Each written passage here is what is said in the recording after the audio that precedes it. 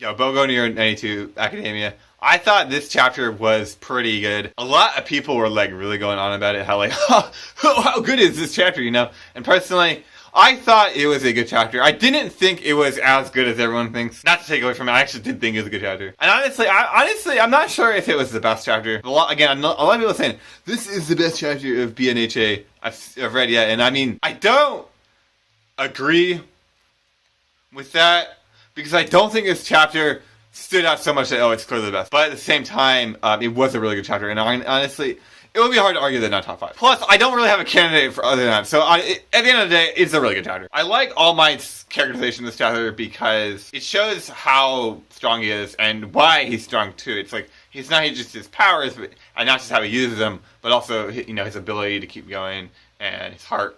You know, like, it makes him strong, and it's like, and plus, I mean, you guys already know, like, Stain. Here's the thing about Stain is Stain's critical of heroes, you know, they are not like that, right? He's critical of heroes that aren't real heroes, and, I mean, All Might's showing us what a real hero is, and that is something I don't think most of these heroes have, and I think that's where Stain's mistake is, because I don't think that's other heroes' fault. I think that's where All Might is exceptional. But whatever, you know, enough about Stain. Other things I like about this chapter, okay, Shimura Nana, that's what everyone's talking about.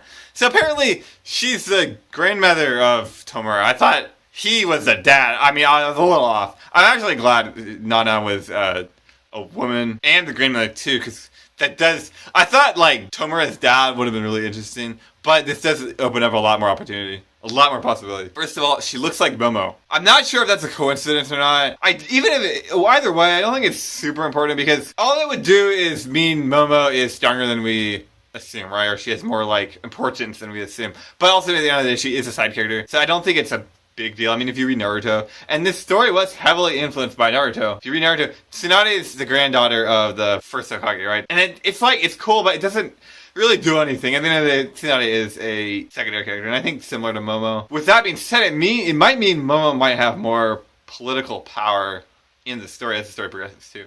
Assuming they're even related. Like, I mean, I think they are, but also, is the young lady in the rocks? Okay, this might just be me being a weirdo, but is the young lady in the rocks?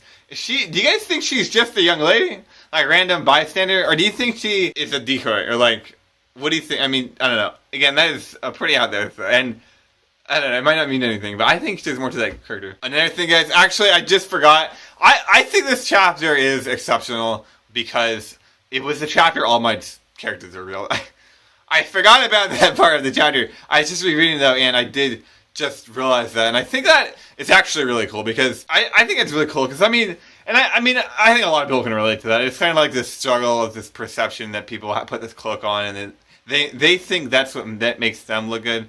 They think that's what people look up to, but that's not really truly the case, you know. And I mean, you see All Might, and I mean, All Might's two forms are drastically different, right? But really, what people like him is his heart, right? And it's like that kind of came out. And I mean, I don't know here because I like the role of villains usually, but I don't know here. But I think that AFO is underrating that power, right? Because he was hoping that everyone would look down on All Might. All Might would lose his hope. You know, because people will stop believing him or whatever. He's not a simple piece anymore. And then All Might would be, or then AFO would be able to kill All Might, right? But that kind of backfired, and I think it backfired legitimately. I think that's totally legit. Because I mean, the thing is, like, now All Might is in a better position as the symbol of peace. And actually, it brings up the whole idea of Shimura Nana and AM and AFO and Tomura.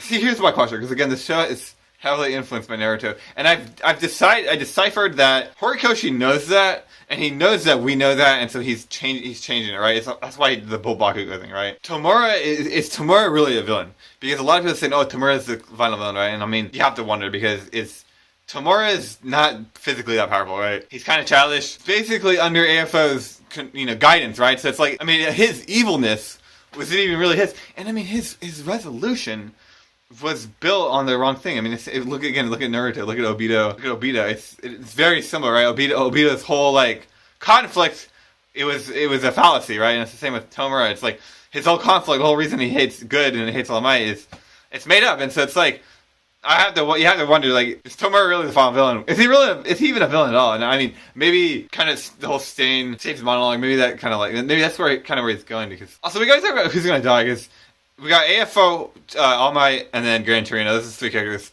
everyone thinks is going to die. And honestly, I can see all of them dying. I can see none of them dying. I actually think someone has to die. I think Gran Torino right now is most likely to die because we've seen his cape on someone else. Plus, he's been getting a lot of screen time in these past few chapters. And check this out. He's been giving all my battle advice, right? I mean, it was clear in this chapter, and the same thing happened last chapter, right? And he's been wrong on several of these accounts. And under Stain's agenda, Gran Torino's a real hero. So I think Gran Torino's gonna die. Plus, he's old, you know, it's like old characters always die. So I think for those reasons, he's gonna die. The reasons I think All Might's gonna die because he's like kind of has to die. It's like a given, right? Also, if he died right now, he would be eternally a symbol of peace, right? Because it's like he's worried about losing the people's faith and not becoming a symbol of peace anymore. But if he died in this sense, he's like, you know, forever a symbol of peace, which is really good for him. And it's actually pretty good for the whole series. So, plus he's fated to die, so it's like, I could see him dying. And the same reason I could see AFO dying. If AFO dies, then it strengthens Tomura's resolve as a villain. Because I really do think Tomura has villain conflicts. I don't think he's a real villain. I don't know, who do you guys think is gonna die? I don't know, guys. I'm getting out of here. You already know it is. It's your boy, Wuku. And guess what, guys? You've just been Wuku. So yeah, make sure you subscribe, like this, and then also check out my playlist section. I have a playlist for every series I do, and I don't know, I've never said anything about it, but they're there. Make sure to check us out anyway, guys. I'm peacing out.